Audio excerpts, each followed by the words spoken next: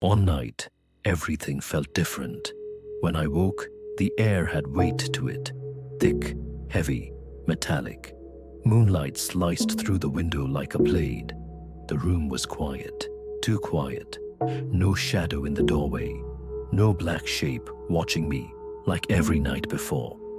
Just emptiness, and somehow, that was worse. My chest tightened.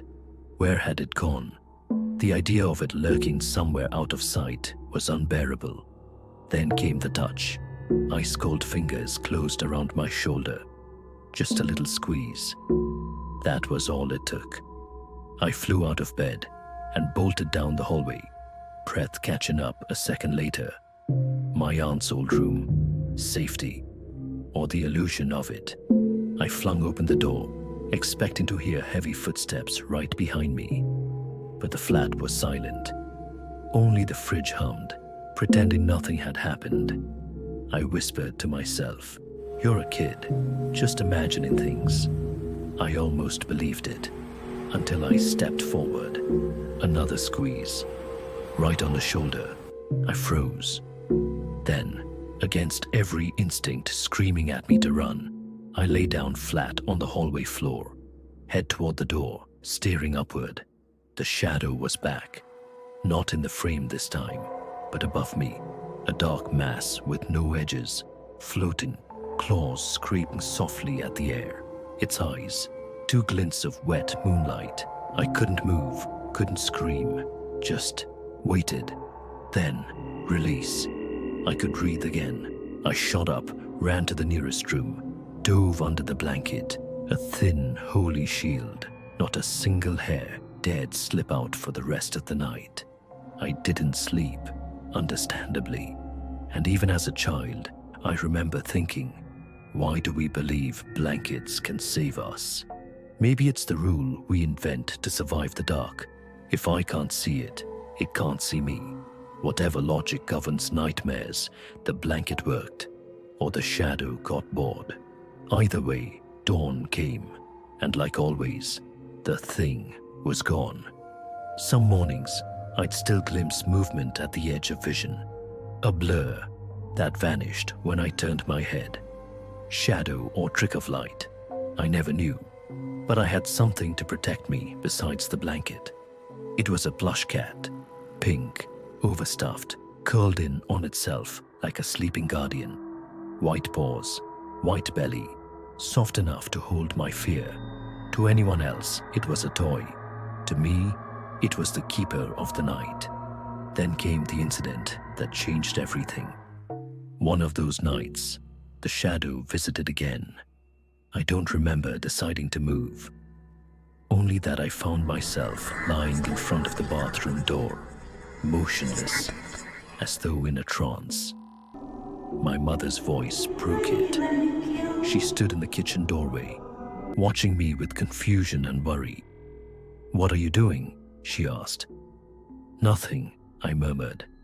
I knew then she couldn't see it. Either the shadow wasn't real, or she was blind to it. Both possibilities were terrifying. I thought of telling my parents, but what would I even say? That something made of darkness was touching me in my sleep. At that age, words like that only buy you pity, or doctors. So I stayed quiet, and eventually, the trances stopped. The dreams still came, but the nightly paralysis faded away. Maybe the shadow was done with me, or maybe it was waiting for bigger changes ahead, and they came fast. My parents opened their own business, then another. New schools, long days, people, noise. We bought the flat from the council and renovated. Bright paint, new light bulbs, shiny locks. Fear has a way of hiding when life is busy.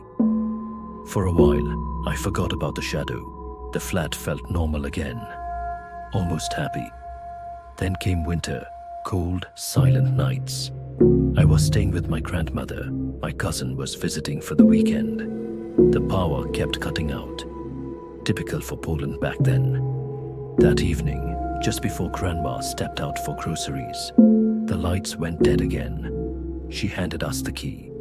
told us not to open the door for anyone. I lit a candle, white wax shaped like a snowman, a Christmas gift from Mum.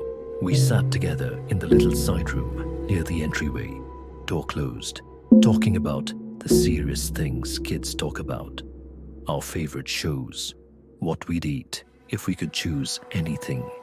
Then the air changed, thicker, still. We both felt it. Conversation died mid-word. Every instinct I had screamed, "Look at the door." It was one of those common doors, wooden, with a big pane of frosted glass covering most of it. You couldn't see through it clearly, only shapes and light. So when the glass went black, completely black, for half a second, we froze. Something massive had passed in front of it. Quick, too quick. The shadow. It moved like nothing human. Before I realized it, I was on my feet and yanking the door open. My cousin shouted after me, telling me to stop, but I couldn't stay still.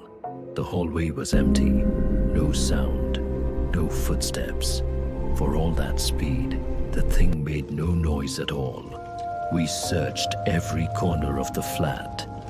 Nothing. No open window, no sign of a break-in. Only that lingering chill. We were heading back when we heard it. 3 knocks on the front door that nearly stopped both our hearts. I reached for the key with shaking hands. Then Grandma's voice came through. Casual, tired. She was home. The lights flickered back a few minutes later. We never told Grandma or anyone what happened. We didn't even talk to each other about it. But by unspoken agreement, that night, we shared the same bed, just to be safe. I used to wonder sometimes if the darkness ever left that old building, or if it still waits there, following families who think they bought new lives with fresh paint and brighter bulbs. Maybe it's still there now, hovering behind someone's door, patient, silent, and curious. This is Mystery Whispers. Find comfort in the dark.